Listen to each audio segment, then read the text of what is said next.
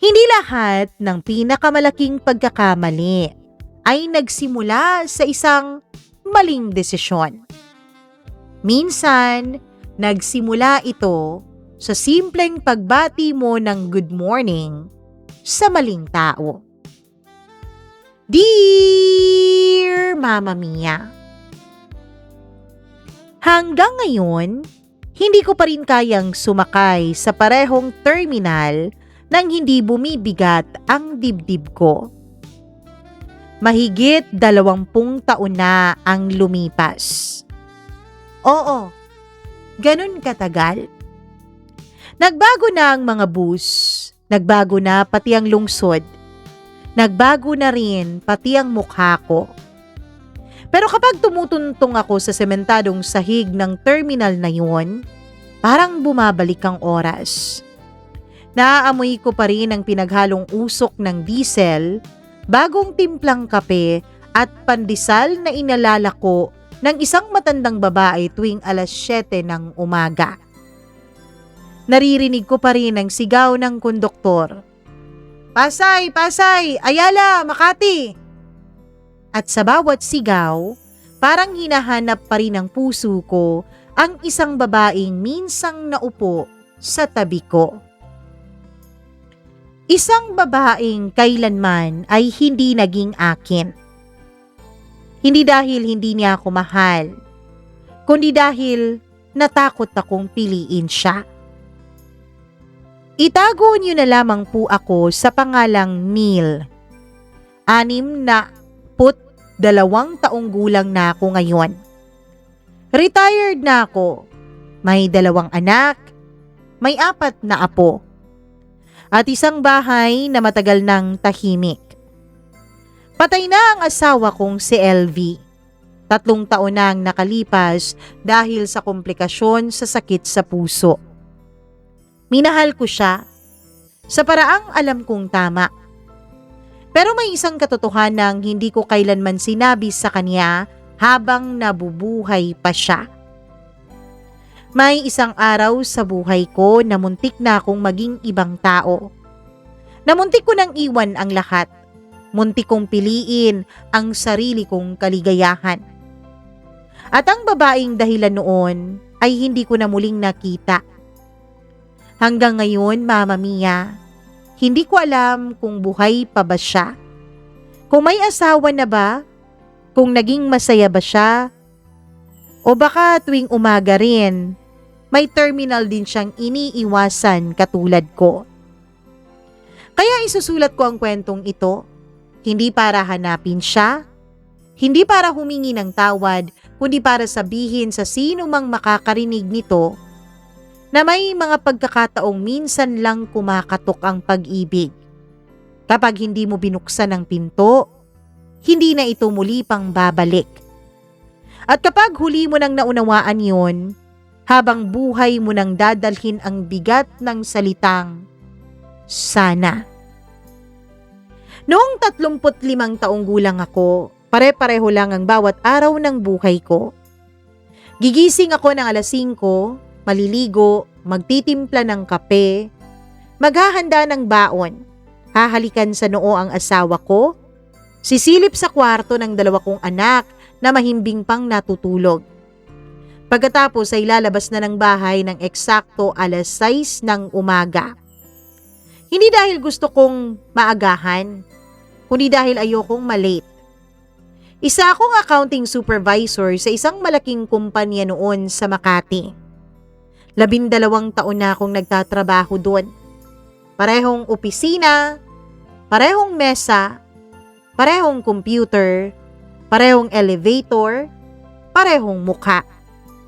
Paulit-ulit. Kung may kulay man ang buhay ko noon, siguro yun ay kulay abo. Hindi ako malungkot, pero hindi rin ako masaya. Parang makina. Gigising, magtatrabaho, uuwi, matutulog, paulit-ulit. Hanggang sa isang Lunes ng Agosto, may napansin akong babae sa terminal. Hindi siya kakaiba sa unang tingin. Simple lang ang suot niyang puting blouse, Navy blue na palda hanggang tuhod at itim na sapatos na halatang gamit na. May hawak siyang maliit na tumbler at isang lumang tote bag. Pero kakaiba ang ngiti niya. Hindi yung ngiting nagpapakyut, hindi rin yung ngiting pilit. Parang may sarili siyang ring light na tinatawag ng mga kabataan ngayon. O sa amin noon, may sarili siyang sikat ng araw. Habang ang lahat ay abalang nakatingin sa kung saan-saan, siya lang ang nakatingala sa langit. Pinapanood ang mga ibon. Napangiti siya nang may dumaan na batang nagtitinda ng sampagita. Binilhan niya ito. Pagkatapos, isinuot niya ang sampagita sa sariling pulso na parang bracelet. Napailing ako. Sino ba namang gumagawa nun? Pero hindi ko namalayang nakatingin na pala ako sa kanya ng halos ilang minuto na rin. Hanggang sa dumating na yung bus. Nagsiksikan ng lahat. Akala ko hindi ko na siya makikita hanggang sa may bakanting upuan sa tabi ko. Huminto siya. Tumingin sa akin at ngumiti. Pwede? Tumangulang ako. Hindi ko alam kung bakit biglang bumilis ang tibok ng puso ko. Hindi naman na ako binata. Hindi na rin ako naghanap ng kung ano-ano. Isa lang akong ordinaryong lalaking papasok sa trabaho. Pero sa sandaling umupo siya sa tabi ko, parang may kung anong nagising sa loob ko, Mama Mia. Isang bagay na matagal nang natutulog at wala pa akong ideya na ang simpleng biyahe kong yun ang sisira sa katahimikan ng buong buhay ko. Kinabukasan, sinadya kong umalis ng bahay ng mas maaga. Hindi ko yun inamin kahit kanino, hindi rin sa sarili ko. Ang sabi ko lang, baka mas mabigat ang trapiko. Pero ang totoo, umaasa ako noon na muli ko siyang makikita. Hindi ko alam ang pangalan niya. Hindi ko alam kung saan siya nagtatrabaho. Hindi ko alam kung may nobyo ba siya o baka may asawa na rin katulad ko. Ang alam ko lang, may gusto akong malaman tungkol sa babaeng yun. Pagdating ko sa terminal, 6:00 pa lang ng umaga. Mas konti pa ang mga tao kaysa sa kahapon. May mga vendor na nag-aayos pa lang ng mga paninda nila. May lalaking naglalako ng pandesal. May matandang babae na nagtitinda ng kape sa styrofoam cup. Bumili ako ng isa. Habang hinihintay ang bus, hindi ko na malayang paikot-ikot ang tingin ko. Hanggang sa, "Good morning." Napalingon ako sa boses na pinanggalingan sa pagbating iyon. At siya yun. Nakatayo sa tabi ko. Nakasuot naman siya ngayon ng kulay cream na blouse at itim na slacks. Nakahawak pa rin sa parehong lumang tote bag. At naroon pa rin ang ngiting parang walang problema sa mundo. "Good morning din," sagot ko. Tapos tahimik kami ulit. Hindi ko alam ang sasabihin. Pero siya, parang hindi siya nahihiyang magsimula ng usapan sa pagitan naming dalawa. "Araw-araw ka rin bang sumasakay dito?" Tumango ako. "Oo." Kaya pala napapansin talaga kita." Parang may tumigil na oras. Ako? Napapansin mo?" Tanong ko. "Oo. Ano ka kasi, parang lagi kang may malalim na iniisip habang naghihintay ng bus?" Napangiti ako. Wala. Iniisip ko lang kung anong gagawin ko sa buong araw." "Totoo?" "Oo. Ganun kasi ako eh. Kailangan nakaplano lahat para naman mabilis akong matapos." Natawa siya. "Anong tinatawa-tawa mo?" "Sinungaling ka." "Ako sinungaling? Bakit?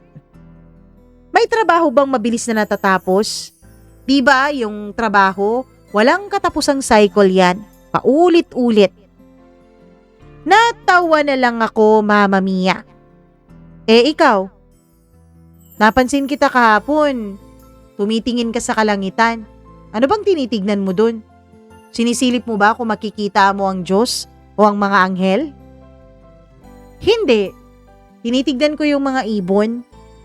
Iniisip ko, bakit kaya sila nakakalipad? Tapos tayo hindi. Pwede ka namang lumipad. Gusto mo? Samahan pa kita.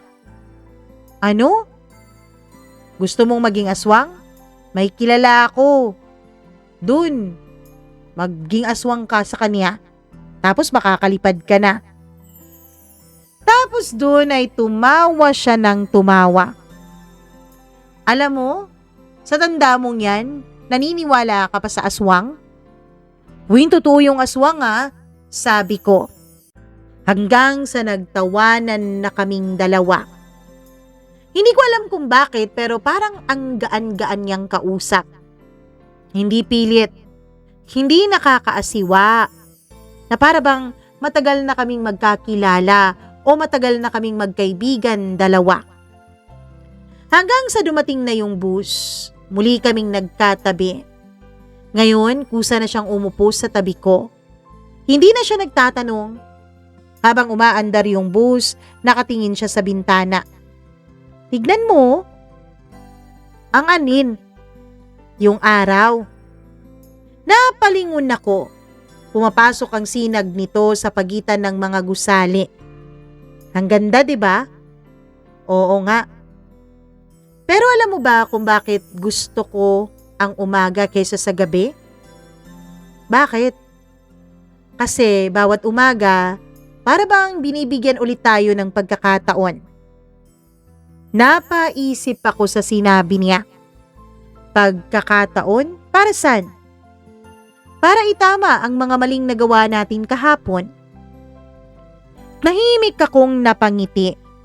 Hindi ko alam kung bakit pero parang ang lalim ng simpleng sinabi niya. Lumipas ang 1 linggo. Pareho pa rin ang routine naming dalawa. Parehong terminal, parehong bus, parehong usapan. Unti-unti na kaming nagkukwentuhan. Nalaman ko na ang pangalan pala niya ay Clara. 29 na taong gulang lang siya noon. Isa siyang artist sa isang maliit na advertising agency. Bukod doon ay mahilig din daw siyang magbasa ng libro. Mahilig din siya sa mga lumang pelikula. Mahilig din siya sa ulan. Mahilig siyang maglakad kahit walang pupuntahan. At higit sa lahat, mahilig daw siyang makinig ng kwento ng ibang tao. Hindi siya yung tipo ng taong naghihintay lang na matapos kang magsalita para siya naman nang magsasalita. Talagang nakikinig siya. Minsan, napansin niyang parang may kakaibang pagod akong nararamdaman. Okay ka lang? Oo. Hindi ka okay. Sabi niya habang matiim akong pinagmamasdan. Paano mo nalaman?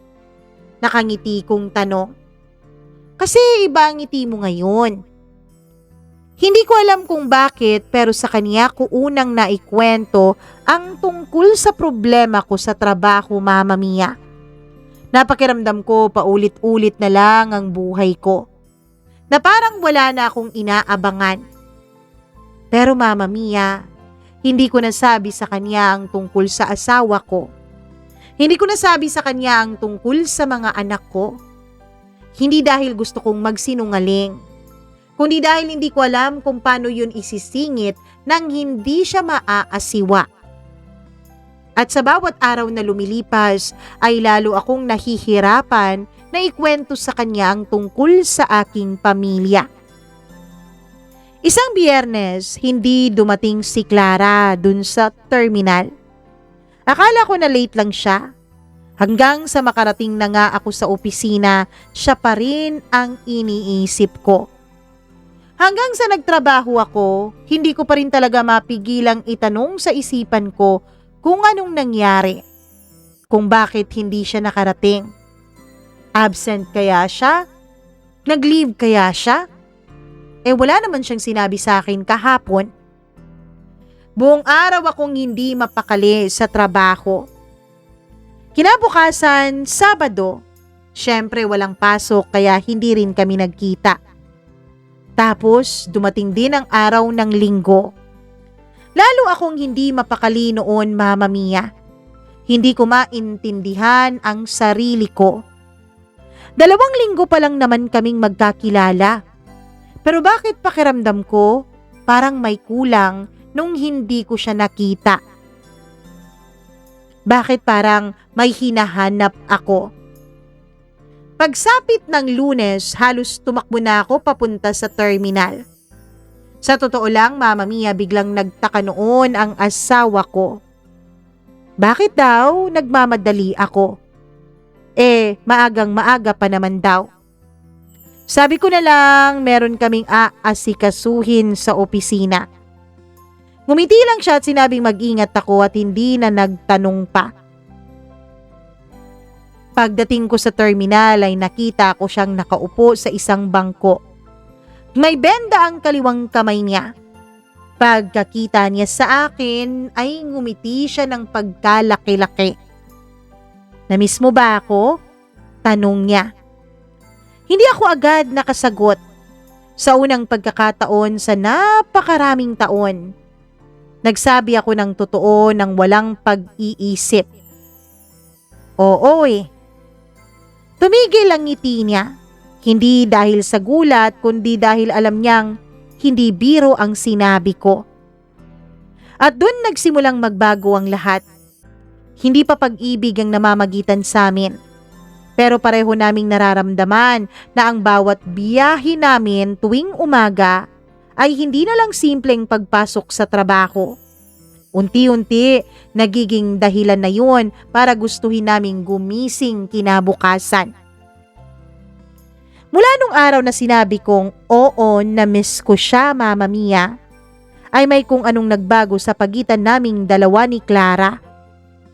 Hindi naman naging biglaan. Wala namang eksenang parang sa pelikula. Hindi kami biglang naghawakan ng kamay. Hindi rin kami nagkumpisal ng aming mga nararamdaman sa isa't isa. Pero simula noon, hindi na kami simpleng magkatabing pasahero lang sa bus. Napansin kong kabisado na niya ang maliliit kong ugali. Alam niyang hindi ako umiinom ng kape kapag masama ang pakiramdam ko. Kapag tahimik ako sa biyahe, alam niyang may problema ako sa opisina. Kapag nakakunot ang noo ko habang nagbabasa ng balita sa dyaryo, alam niyang tungkol yun sa gastusin sa bahay. At ako naman, alam kong mahilig siyang kumain ng taho tuwing Martes. Dahil yun ang araw na dumadaan ang parehong magtataho sa terminal. Yung suki niya. Alam kong takot siya sa kulog kahit hindi niya yun inamin. Kasi minsan, Mama Mia, habang nag-aabang kami ng bus, ay biglang lumakas ang buhos ng ulan ng umagang yon. Kumulog at kumidlat. Nakita ko kung paano siya nagulat at kung paano siya nanginig. Alam kong lagi niyang hinihintay na makatawid ang matatanda bago siya tumawid. Alam kong kahit pagod siya, hindi niya kayang tanggihan ang batang nanghihingi ng tulong. Ang dami kong nalaman tungkol sa kanya.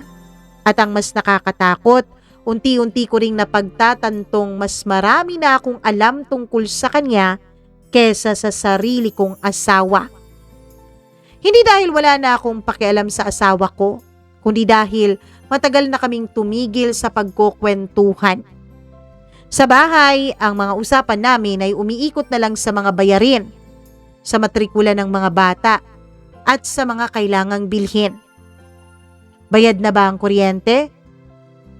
May assignment ba ang anak mo? Kailan ka uuwi? Ganun na ang mga usapan namin. Hindi na kami nagtatanungan ng kumusta ka. At yun ang tanong na halos araw-araw na itinatanong ni Clara sa akin. Hindi dahil obligasyon niya, kundi dahil gusto talaga niyang malaman ng sagot. Isang umaga habang magkatabi kaming nakaupo sa bus, ay bigla na lang siyang nagsalita. Neil? Nagulat ako. Ngayon lang niya ako tinawag sa pangalan ko. Masaya ka ba sa buhay mo? Parang may humigpit sa dibdib ko. Napatingin ako sa kanya. Hindi siya nakatingin sa akin. Sa labas lang siya nakatanaw. Parang alam niyang mahirap ang tanong na tinatanong niya sa akin, kaya binigyan niya ako ng oras. Ilang minutong katahimikan ang lumipas hanggang sa mahina akong sumagot. Hindi ko alam, sabi ko. Tumango lang siya. Wala namang taong tunay na masaya ang sumasagot ng hindi ko alam sabi niya. Parang may tumama noon sa puso ko. Dahil tama siya. Oo, hindi naman ako malungkot. Pero oo din, hindi rin ako masaya. Nabubuhay lang ako at magkaiba ang nabubuhay sa tunay na pamumuhay. Nang araw ding yun, hindi ako makapag-concentrate sa opisina. Paulit-ulit na bumabalik sa isipan ko ang tanong niya. Masaya ka ba? Binuksan ko ang wallet ko. Nandun ang litrato namin ng pamilya ko. Ako, ang asawa ko at ang dalawa naming mga anak. Masaya kaming nakangiti sa larawan. Pero bigla kong naisip, kailan nga ba huling naging totoo ang ngiting yun? Hindi ko na maalala, Mama Mia. Kinagabihan, maaga akong umuwi. Nabutan kong naghahapunan ng pamilya ko. Tay, buti naman maaga ka. Masayang sigaw ng bunso kong anak. Napangiti ako. Yumakap siya sa akin. Sa sandaling yun, parang may bumalik na katinuan sa isipan ko. Anong nangyari sa'yo? Maaga ka yata? Tanong ng asawa ko. Maaga lang talaga kaming natapos. Wala namang nangyari. Pinagmamasdan ko silang tatlo habang kumakain. Eto ang pamilya ko. Eto ang pinangako kong aalagaan. Eto ang pinili kong buhay. Kaya bakit may ibang babaeng unti-unting pumapasok sa isipan ko? Kinabukasan, nagpasya akong umiwas kay Clara, Mama Mia. Hindi ako sumakay sa dati naming bus. Mas maaga akong umalis.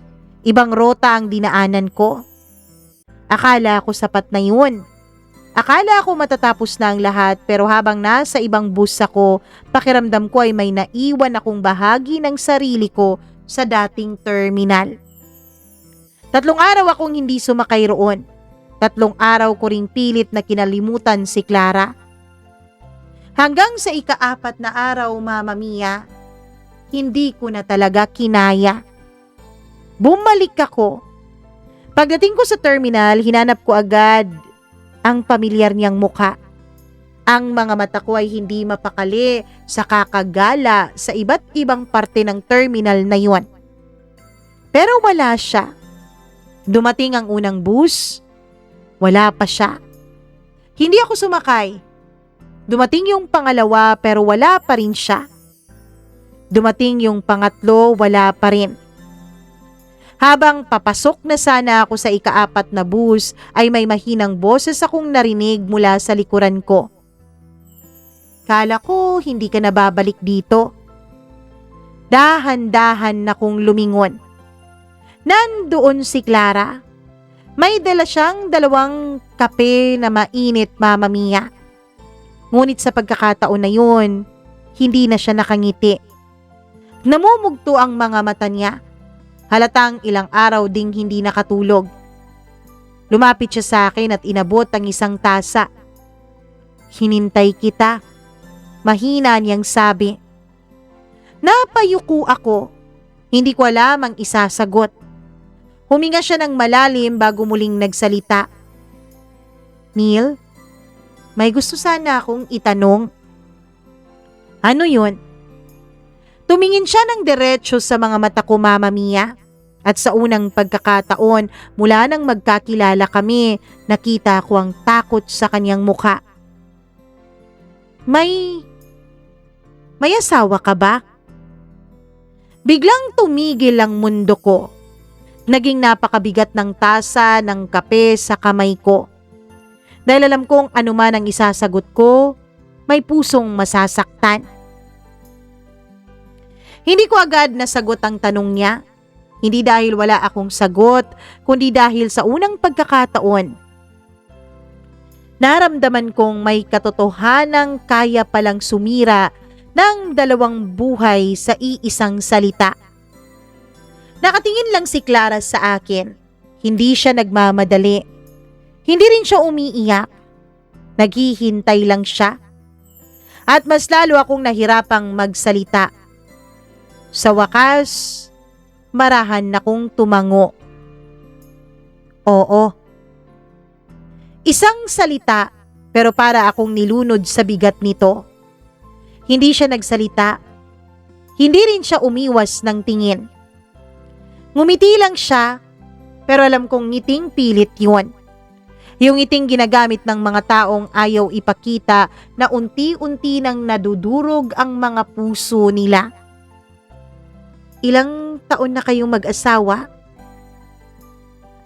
Mahigit 10 taon na. Tumango ulit siya. May mga anak kayo? Oo. Ilan? 2. Huminga siya ng malalim. Masaya sila? Napayuko ako. Hindi ko alam. Napangiti siya ng mapait. Alam mo, palagi na lang ang sagot mong hindi ko alam na yan, ha? Hindi ko siya masisisi dahil kahit ako, hindi ko na rin maintindihan ang sarili ko, Mama Mia. Tahimik kaming sumakay ng bus. Sa unang pagkakataon, hindi kami nagkatabi. May isang bakanting upuan sa pagitan namin. Napakaliit na espasyo pero pakiramdam ko parang isang buong dagat ang layo namin sa isa't isa. Habang umaandar ang bus ay nakatingin lang siya sa bintana. Ako naman paulit-ulit na sinisisi ang sarili ko. Hindi ko siya niligawan. Hindi ko siya pinangakuan ng kung ano-ano. Hindi ko siya hinawakan. Hindi pa. Hindi ko rin siya pinaasa sa mga salita. Pero alam kong may kasalanan pa rin ako. Dahil hinayaan kong maging espesyal ang bawat umaga. Hinayaan kong maging mahalaga ang presensya niya sa buhay ko. At higit sa lahat, hinayaan kong makalimutan niya na paano kung may pamilyang naghihintay sa akin sa bahay. Pagbaba namin ng bus, akala ko aalis na siya. Pero huminto siya sa harap ng terminal. Pwede ba kitang ilibre ng almusal? Napatingin ako sa kanya. Clara, huwag kang mag-alala. Hindi naman kita aagawin eh. Ililibre lang kita ng almusal. Sabi niya nang nakangiti. Mas masakit pa yon kaysa kung sinampal na lang niya ako. Kahit na medyo late na ako noon, Mama Mia, ay pinagbigyan ko siya. Sa isang maliit na karinderya malapit sa terminal, tahimik kaming kumakain ng lugaw. Hanggang sa siya ang naunang nagsalita. Alam mo ba kung bakit ako nagtatanong? Umiling ako. Kasi, sabi niya at bahagya siyang natawa bago nagpatuloy sa pagsasalita. Nung una kitang nakita, akala ko isa ka lang sa mga seryosong empleyadong araw-araw kong nakakasabay sa bus. Pero habang tumatagal, parang gusto ko ng araw-araw kang makausap. Hindi ako makatingin sa kanya, Mama Mia. At nung 3 araw kang nawala, doon ko na-realize na baka iniiwasan mo ko, na baka delikado na. Hindi nakaligtas sa akin ang pagtulo ng isang patak ng luha mula sa mata niya. Mabilis niya itong pinunasan. Na-realize ko na hindi pala kita namimiss bilang kaibigan lang. Tahimik akong napapikit. Gusto kong sabihin na tigilan na namin to. Gusto kong sabihin na kalimutan na niya ako. Pero may parte sa puso kong ayaw siyang nakikitang masaktan. Sorry. Yun lang ang lumabas sa bibig ko, Mama Mia. Napangiti siya. Huwag kang mag-sorry. Bakit hindi ako magsusorry? Kasi hindi mo naman sinasadyang mahalin kita, di ba? Natigilan ako. Hindi ko yon itinanggi. Dahil alam kong nagsisinungaling na lang ako kung sasabihin kong wala rin akong nararamdaman para sa kanya. Bago kami pumasok sa trabaho ay tumayo siya. Neil, may hihilingin sana ako. Ano yun? Hanggat maaari sana, huwag mo akong kaawaan. Napakunot noo ako. Mas gugustuhin kong masaktan dahil sa katotohanan kaysa maging masaya dahil sa kasinungalingan. Pagkatapos noon ay tumalikod na siya, Mama Mia, at naglakad na papunta sa direksyon ng kanyang opisina. Hindi man lang siya lumingon. Makalipas ang 1 linggo, akala ko iiwasan na niya ako. Pero hindi. Sumasabay pa rin siya sa parehong bus. Nag-uusap pa rin kaming dalawa. Tumatawa pa rin kami. Pero pareho na naming alam ang aming mga limitasyon. Wala nang mga biro tungkol sa sana sabay tayong tumanda. Wala nang mga kwentong puno ng mga pangarap. Sa halip ay mas naging totoo ang mga usapan namin. Tungkol sa takot, tungkol sa panghihinayang, at sa mga desisyong minsan ay tama pero napakasakit namang gawin. Isang Biyernes ng umaga, habang pababa kami ng bus ay bigla niyang sinabi, Neil, lumiban ka sa trabaho mo sa Martes, ha? Napatingin ako sa kanya. Bakit? Birthday ko eh. Ngumiti siya. Kahit 1 araw lang, pwede mo ba akong samahan? Saan tayo pupunta? Wala lang. Maglakad-lakad, walang plano, walang direksyon. Gusto ko na sa araw na yun sana maging parang 2 tao tayong walang obligasyon.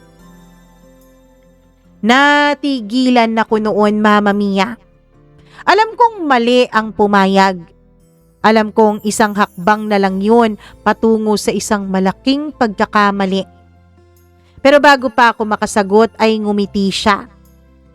Huwag ka na munang sumagot ngayon. Biyernes pa naman eh. May Lunes pa, 'di ba?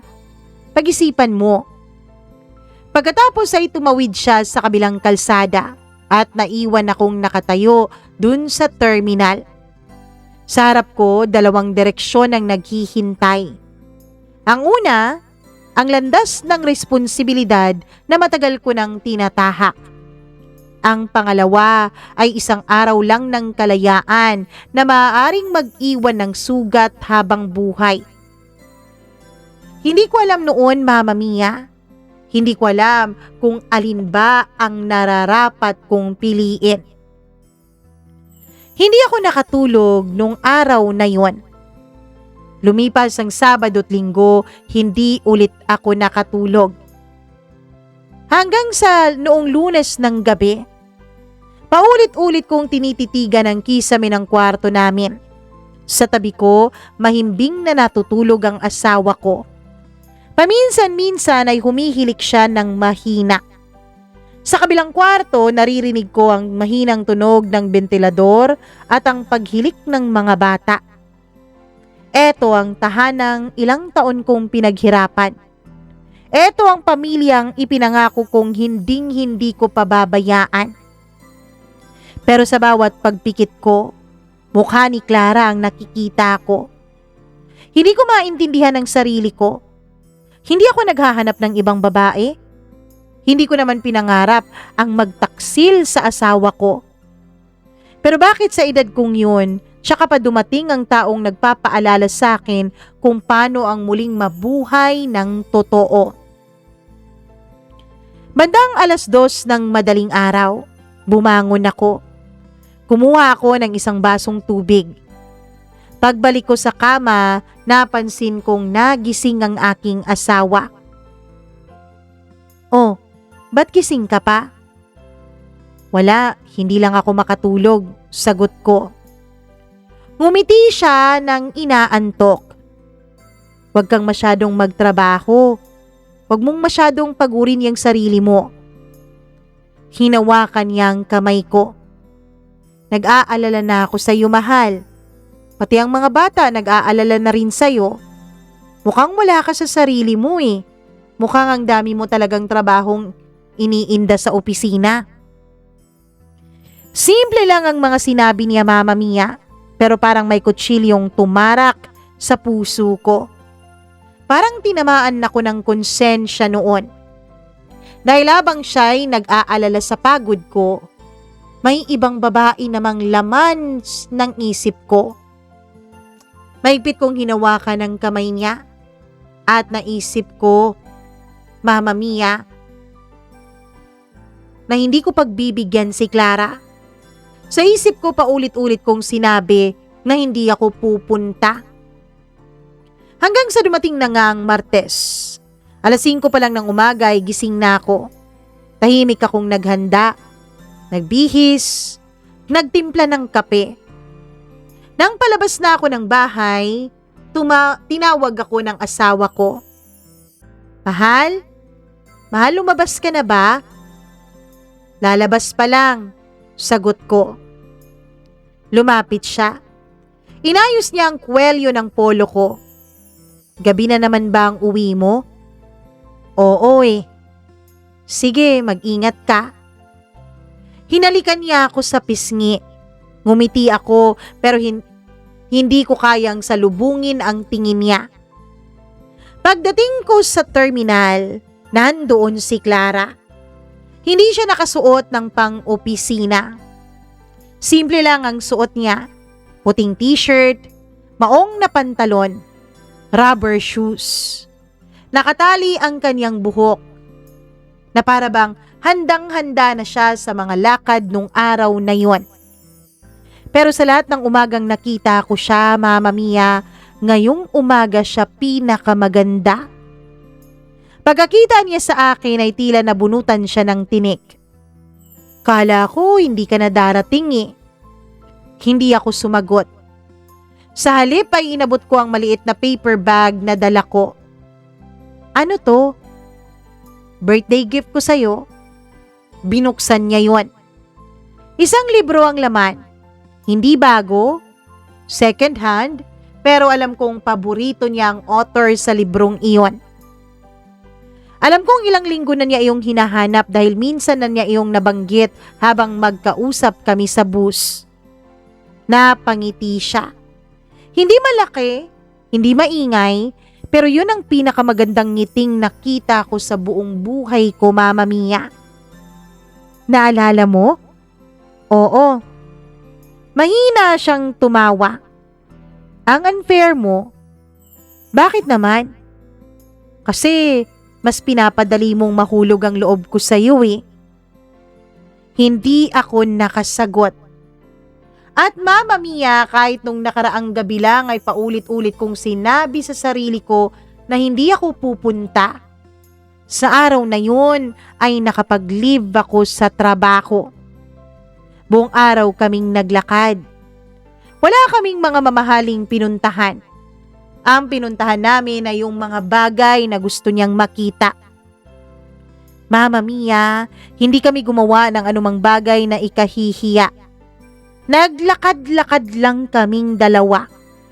Kumain sa isang lumang karinderya. Uminom ng kapeng 3 beses nang paulit-ulit kaming nauubusan ng kwento. Pumasok sa isang maliit na bookstore. Nagpalipas ng oras sa park habang pinapanood ang mga batang naglalaro. At dun ko napagtanto, Mama Mia. Hindi pala lahat ng pagtataksil ay nagsisimula sa isang halik. Minsan, nagsisimula lang ito sa pakiramdam na ayaw mo nang matapos ang araw na yon. Bandang 2:00 ng hapon, naupo kami sa isang lumang bangko sa park. Tahimik, mahangin. May mga tuyong dahon na nahuhulog mula sa puno. Bigla siyang nagsalita. Neil? Pwede ba kitang yakapin? Huminto ang paghinga ko. Hindi ko alam ang isasagot. Hindi yun halik. Isang yakap lang. Pero alam kong kapag ginawa ko yun, may bahagi ng sarili kong hindi na muling babalik pa. Unti-unti akong tumayo. Lumapit siya. At dahan-dahan ko siyang niyakap. Mahigpit. Tahimik. Walang mali siya pero puno ng damdaming matagal na naming itinago. Narinig kong humikbi siya. Anong iniiyak mo? Mahina akong tanong. Ikaw? Napapikit ako. Ako? Bakit ako? Kasi alam kong hindi ka magiging akin. Mahigpit kong ipinikit ang mga mata ko. Sa unang pagkakataon sa napakaraming taon ay naiyak din ako. Dahil alam kong tama siya. Hindi kami kontrabida. Hindi rin naman kami mga biktima. 2 tao lamang kaming nagkakilala sa maling panahon. Bandang 3:00 ng hapon ay tumayo siya. Tara, saan? Ihahatid na kita sa terminal. Maaga pa, sabi ko. Oo, pero kung magtatagal pa tayo, baka pareho na nating gugustuhing wag nang umuwi. Hindi ako kumibo, Mama Mia. Habang naglalakad kami papunta sa terminal, pakiramdam ko bawat hakbang ay paalam. Ang hindi ko pa alam na ang mismong terminal na yun ay may isang tanong siyang itatanong sa akin.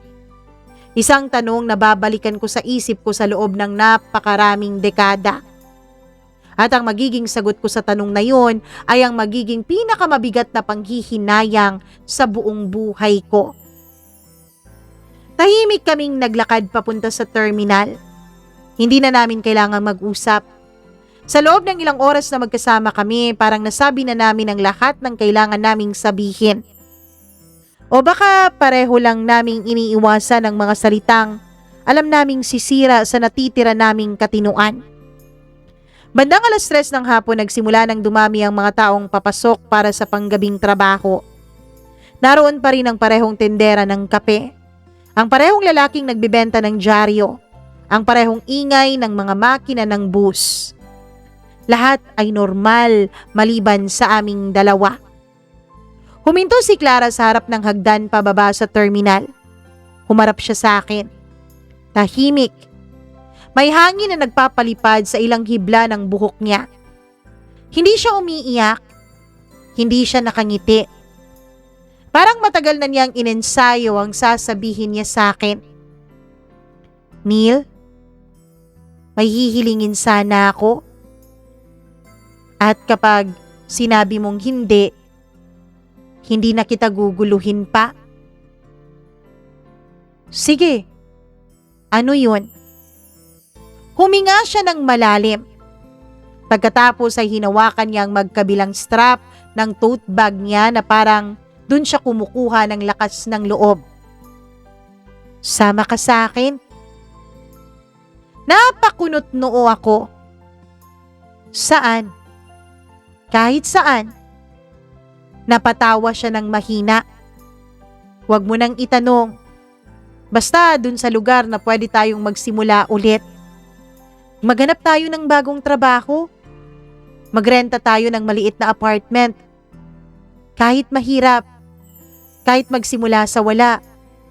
Yung tayong dalawa lang. Hindi ako makahinga, Mama Mia.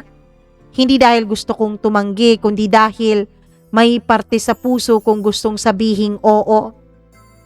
Nakakatingin lang siya sa akin. Hindi siya umiiyak. Hindi siya nagmamakaawa. Hindi niya ako kinukumbinsi. Inilatag niya ang mga posibilidad ng isang buhay na hindi ko kailanman naisip na maaari palang mangyari. Sa isip ko, Parang may dalawang boses na nagsisigawan. Eto na ang pagkakataon mong maging masaya. Paano ang asawa mo? Paano ang mga anak mo? Naalala ko ang bunso kong yumayakap sa akin tuwing umuuwi ako. Naalala ko ang asawa ko na tahimik na nag-aabang ng hapunan kahit na pagod na rin siya. Naalala ko ang mga pangakong binitawan ko sa altar para sa kanya. At kasabay noon naalala ko rin ang pakiramdam ng muling pagtawa, ng muling mangarap, ng muling mabuhay habang kasama ko si Clara. Mahabang katahimikan ng lumipas.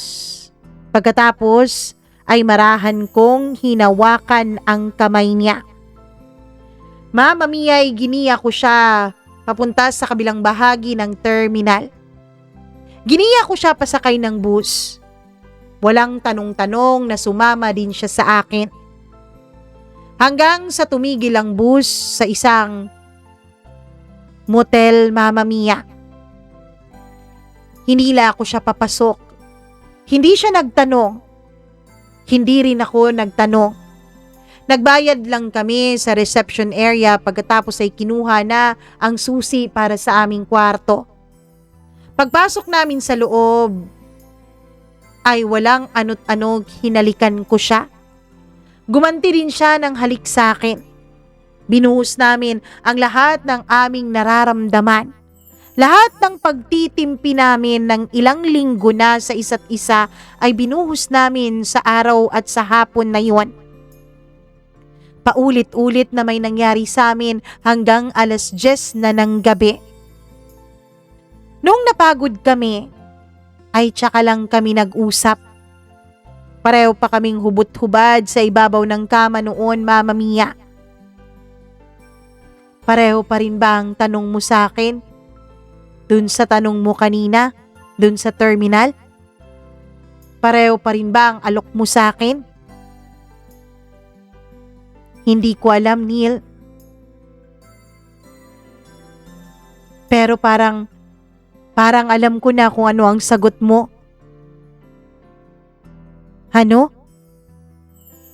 Hindi mo kaya, 'di ba? Hindi mo kayang iwan ang asawa mo. Hindi mo kayang iwan ang pamilya mo. Kaya mo ako dinala dito para mapatunayan mo sa sarili mo kung kaya mo ba silang ipagpalit sa akin. Marahan na kong tumango, Mama Mia. Parang natigil ang oras. Hindi siya nagsalita. Hindi siya umiyak. Dahan-dahan lang din siyang tumango. Alam ko na yan ang isasagot mo. Pero sumama pa rin ako sa'yo dito. Sumama ako dahil gusto kong maramdaman kahit ilang oras lang na akin ka. Napayuko ako. Sorry, Clara. Wag. Mahina siyang ngumiti. Wag kang humingi ng tawad dahil pinili mong maging mabuting ama. At wag mo ring iisipin na masamang tao ako dahil hinihiling kong piliin mo ko. Napapikit ako. Hindi ko na napigilan ng luha. Maging siya Mama Mia ay lumuluha na rin. Bumangon siya at pinulot ang mga damit niya at sinuot yun isa-isa. Ganon din ang ginawa ko. Pwede ba kitang ihatid? Umiling siya. Hindi. Bakit? Kasi gusto kong ang huli mong alaala sa akin ay nakatayo ako at naglalakad palayo sa'yo. Hindi yung umiiyak, hindi yung nagmamakaawa. Lumapit siya, Mama Mia, at marahan niya akong hinalikan sa noo. Salamat. Salamat, Neil. Salamat saan? Sa pagpapaalala sa akin na kaya ko palang magmahal. Napakagat ako sa labi. Hindi ko na kayang magsalita. Tumalikod na siya, Mama Mia. Binuksan ng pinto at saka na unang lumabas mula sa kwarto doon. Narinig ko pa ang mga yapak niya. Hanggang sa unti-unti na itong nagiging mahina sa aking pandinig. Hanggang sa unti-unti nang nawala. Nanatili akong nakatayo sa loob ng kwarto. Umaasang lilingon siya. Umaasang babalik siya. Kahit isang beses lang, pero hindi. Ilang minuto ang lumipas ay lumabas na rin ako. Paglabas ko ay wala na rin siya, Mama Mia. Sa baba ay maraming tao sa kalsada. Hinanap siya ng aking mga mata pero hindi ko na siya makita. At sa sandaling yun, may pakiramdam akong may nawala sa buhay ko. Isang bagay na hindi na kailanman maibabalik. Kinabukasan, maaga akong pumunta sa terminal. Wala siya. Sa sumunod na araw, wala pa rin siya. Lumipas ang isang linggo, isang buwan, 3 buwan. Hindi na siya muling sumakay sa bus na yon. Sinubukan kong magtanong sa mga tindero, sa gwardiya na nakakausap niya, sa mga konduktor pero walang nakakakilala talaga sa kanya. Parang bigla na lang naglaho si Clara. At sa paglipas ng mga taon, nagpatuloy ang buhay ko. Nagtapos sa kolehiyo ang mga anak ko. Nagretiro ako. Tumanda kami ng asawa ko. Minahal ko ang pamilya ko hanggang sa huli. Pero hindi alam ng asawa ko ang tungkol kay Clara, Mama Mia. Hindi niya alam na minsan din akong nagtaksil sa kanya. May isang bahagi ng puso ko na naiwan ko kay Clara at sa terminal kung saan kami nagkakilala. At tuwing dumadaan ako doon, hindi ko maiwasang isipin ang isang tanong. Ano kaya ang naging buhay ko kung ang sinagot ko noon sa kanya ay oo? Hindi ko alam ang sagot at marahil hindi ko na malalaman kailanman. May mga sugat na hindi na dumudugo pero hindi pa rin naghihilom. Natututo lang mabuhay habang daladala yung sakit. Ganito ang nangyari sa akin. Pagkatapos mawala ni Clara, hindi ko na siya muling nakita pa. Kahit saan, Mama Mia. Wala na talaga siya. Na para bang naging magandang panaginip lang ang lahat. Pero alam kong totoo siya. Dahil nasa akin pa rin ang maliit na bookmark na minsan niyang ibinigay sa akin. Isang simpleng peraso ng karton. May guhit na maliit na bus. At sa likod nito ang sulat kamay niya na isinulat niya ang isang linya. May mga biyaheng hindi sinusukat sa layo, kundi sa taong nakatabi mo. Ilang beses kong binalak na itapon yon. Pero sa tuwing ilalabas ko na sana mula sa lumang pitaka ko, hindi ko magawa-gawa. Hindi dahil mahal ko pa siya, kundi dahil yun na lang ang natitirang patunay na minsan sa buhay ko, may isang umagang naging napakakulay. Mama Mia, lumipas ang mga taon. Nagkaroon na ng sari-sariling pamilya ang mga anak ko. Unti-unti nang naging tahimik ang bahay. Ako na lang at ang asawa ko ang natira. At doon ko muling nakilala ang asawa ko. Hindi bilang ina ng mga anak ko. Hindi bilang babaeng kasama ko sa pagbabayad ng mga utang, kundi bilang babae. Isang babaeng habang magkatabi kaming umiinom ng tsaa sa balkonahe. Isang gabi, habang magkatabi kaming umiinom ng tsaa sa balkonahe ay bigla niyang sinabi, "Naaalala mo pa ba nung mga bata pa tayo? Simple lang tayo nun. Wala tayong pera, pero parang mas madalas tayong tumawa." Hindi ako nakasagot dahil tama siya. Hindi dahil nawala ang pagmamahal, kundi dahil natabunan na ito ng napakaraming mga responsibilidad. Nung gabing yun, nag-isip-isip ako. Baka kaya ako nakilala si Clara? Hindi para agawin ako sa pamilya ko, kundi para ipaalala sa akin ang isang bagay na matagal ko nang nakalimutan. Na ang pagmamahal, kailangan ding alagaan. Hanggang sa sinimulan kong ligawan ulit ang asawa ko. Tuwing Biyernes, inilalabas ko siya para maghapunan kami ng kaming dalawa lang. Minsan sa mga karinderya lang, minsan sa maliit na coffee shop, minsan simpleng lakad lang sa park. Nung una natatawa siya. Ano ka ba, matatanda na tayong dalawa? Yun ang lagi niyang sinasabi. Ngumingiti lang ako. Mas kailangan natin to ngayon. Unti-unti bumalik ang tawanan namin. Bumalik ang mga kwentuhan hanggang madaling araw. Bumalik ang simpleng paghawak sa kamay habang naglalakad. At sa bawat sandaling yun, mas lalo kong nauunawaan ang bigat ng naging desisyon ko noon. Hindi dahil mali si Clara, hindi rin dahil tama ako. Kundi dahil may mga desisyong parehong masakit. Pinipili mo lang kung aling sakit ang kaya mong dalhin habang buhay. 3 taon matapos akong magretiro ay nagkasakit ang asawa ko. Nung una akala namin ay simpleng pagod lang. Hanggang sa sinabi sa amin ng doktor ang salitang ayaw naming marinig. Mahina na ang puso niya. Madalas akong magbantay sa ospital at sa bawat paggising niya ngumingiti pa rin siya. Isang gabi habang magkahawak ang mga kamay namin, ay mahina niyang sinabi, "Mahal? Salamat." "Bakit?" tanong ko. "Hindi mo ako iniwan."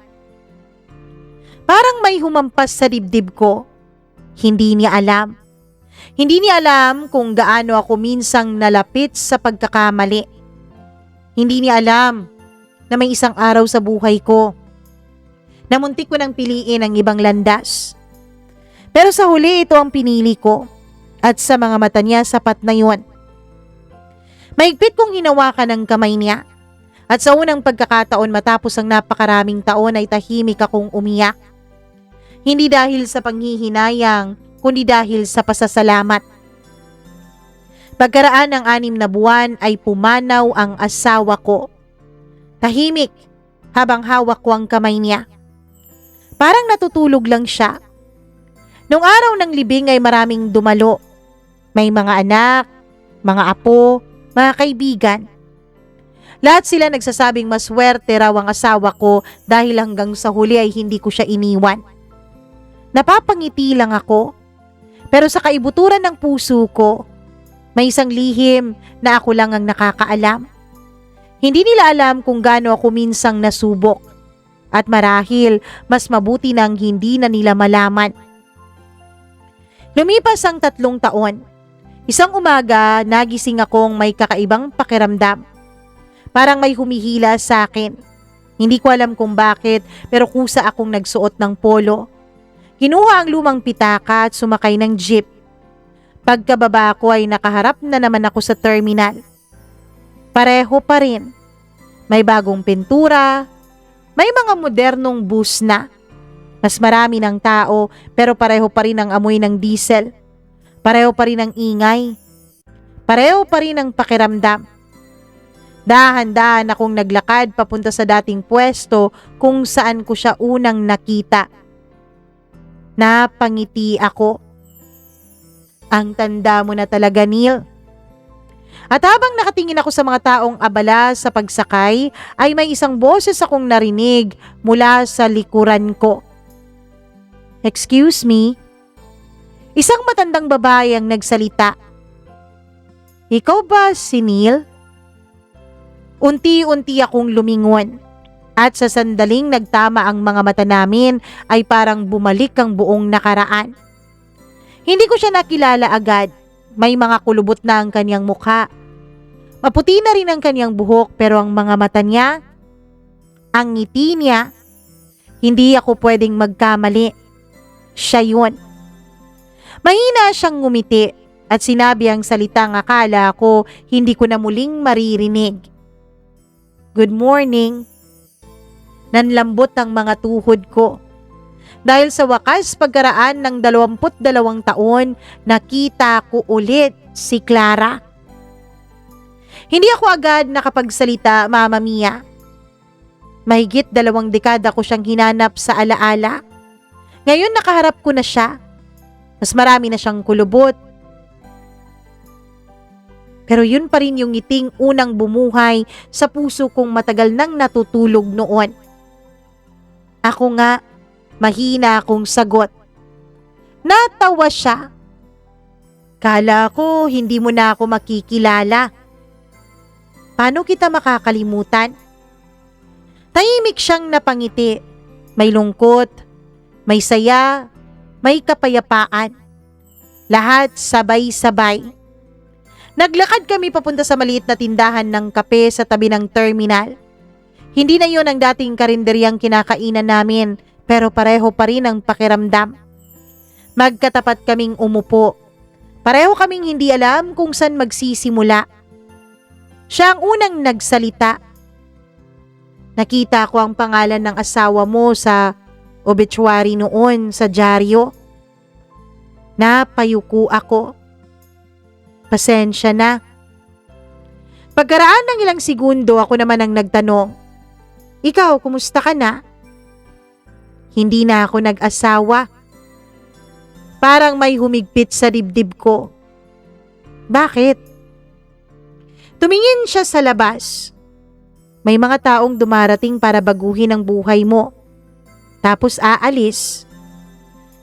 Hindi ibig sabihin nun na kailangan mong hintayin sila. Pero hindi ko rin kayang magsinungaling sa sarili ko, Neil. May mga nakilala ako, may mga nanligaw. Sinubukan kong magmahal ulit pero hindi ako naging patas sa kanila. Hindi dahil ikaw ang hinihintay ko, kundi dahil natatakot akong magmahal ng ganun kalalim ulit. Napapikit ako, Mama Mia. Hindi ko alam kung mas masakit bang marinig yun o ang katotohanang pareho pala kaming may iniwang bahagi ng sarili namin sa terminal na yon. Ikaw, naging masaya ka ba? Tanong niya. Matagal akong hindi sumagot. Pagkatapos ay ngumiti ako. Naging mabuti ang buhay. Hindi perpekto. Maraming hirap, maraming pagsubok. Pero tingin ko naging mabuti naman akong ama at asawa. Tumango siya. Alam ko. Paano mo nalaman? 2 beses na kasi kitang nakita. Ano? Kailan? Nung kasama mo ang asawa mo sa park at 1 beses nung graduation ng bunso mong anak. Natigilan nako. Nandun ka? Bakit hindi mo ko nilapitan? Dahil masaya ka at ayokong guluhin yon. Hindi ko napigilang mapaluha. Sa lahat ng taon na yun, magkalapit lang pala kami ng lungsod pero pinili niyang manatiling ala-ala para sa akin. Lumabas kami ng coffee shop, naglakad papunta sa dating hintayan ng bus. Pareho kaming tahimik hanggang sa sinabi niya, alam mo ba, matagal kitang sinisi. Hindi kita sinisi dahil hindi mo ako pinili. Sinisi kita dahil pinili mo ang ganong klaseng pamamaalam. Mama Mia, ang dami pa naming napag-usapan dalawa. Hanggang sa maya-maya ay may isang bus na dumating. Tiningnan niya ang numero nito. Ngumiti siya. Eto na ang sasakyan ko. Tagasan ka na ngayon, tanong ko. Sa probinsya, paminsan-minsan lang ako nandito. Tahimik akong tumango. Siguro eto na ang huli. Hindi na ako manghihinayang kasi sa wakas nakapagpaalam na tayo ng maayos sa isa't isa. Bago siya sumakay ay mahigpit niya akong niyakap. Hindi na tulad ng yakap ng 2 taong gustong tumakas. Yakap na yun ng 2 taong sa wakas napatawad na rin ang isa't isa. Paglayo niya ay ngumiti siya. Nagpaalam sa akin at saka sumakay sa bus. Habang papalayo yun, hindi na ako umaasang lilingon pa siya. Hindi na kailangan. Dahil sa pagkakataong ito, pareho na naming alam. May mga taong hindi itinadhana para magkasama habang buhay. Pero may mga taong kahit sandali lang dumaan sa buhay mo, habang buhay ka namang babaguhin. At habang papalayo yung bus, napangiti ako. Hindi dahil masaya akong umalis na siya, kundi dahil sa wakas, malaya na rin akong bitawan ang tanong na ilang dekada kong pasan. Paano kaya kung pinili ko siya? Hindi ko na kailangan ng sagot dahil ang buhay ay hindi sinusukat sa mga sana, kundi sa mga taong minahal natin ng tapat, sa mga pangakong tinupad natin kahit mahirap, at sa mga alaalang nagturo sa atin kung paano maging mas mabuting tao. Tumayo ako sa parehong terminal kung saan minsang nagsimula ang lahat. Huminga ng malalim. At sa unang pagkakataon matapos ang napakaraming taon, hindi na ako naghihintay ng bus. Hindi na rin ako naghihintay sa kanya. Umuwi ako, hindi dala ang panghihinayang, kundi ang kapayapaang matagal ko nang hinahanap. Neil.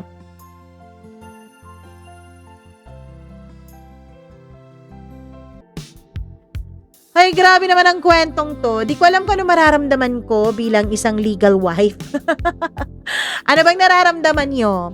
Pero anyways, tama na ang sisihan, tama na ang kasi nangyari naman ang nangyari.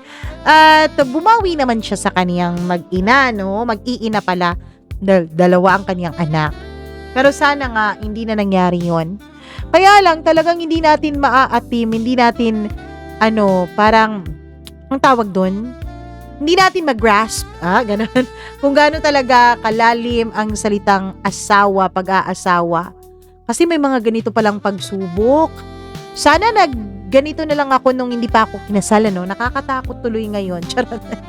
Anyways, maraming salamat, Tatay Neil, sa pagbabahagi mo ng iyong hindi ko alam kung anong tamang words, ng iyong kwento na lang.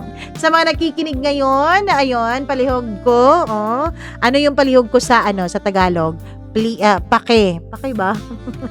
Nakikisuyo ako na tawag dito? Paki-like at follow ng video, paki-like at share ng video na to, at huwag kakalimutan na mag-subscribe dito sa channel natin kung hindi pa po kayo subscriber. At syempre, i-visit nyo rin ang aking Facebook at Instagram, lalong-lalo na ang TikTok account ko dahil meron na akong affiliation doon. Bumili kayo, para naman magkakomisyon ng Mamma Mia ninyo. Go ahead.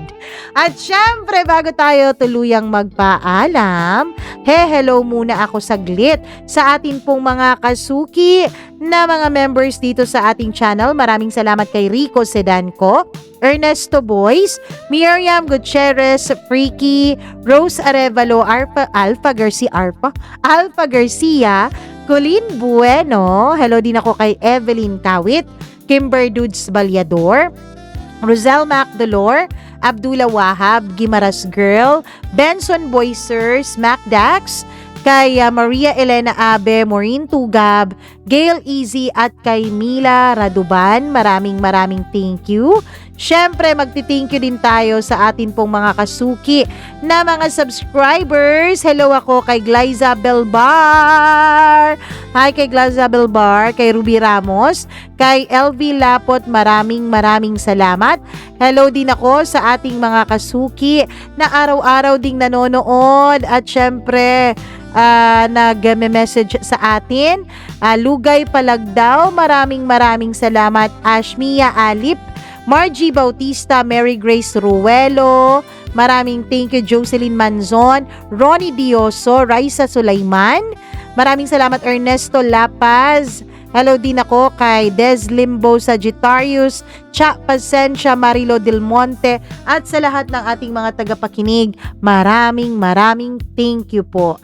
Ako pong muli ang nag-iisa ninyong Mamma Mia at hanggang sa susunod nating kwento dito lamang sa channel na ito. So paki-subscribe po. I love you all so much. Mwah, mwah, mwah. Amping permi. Bye!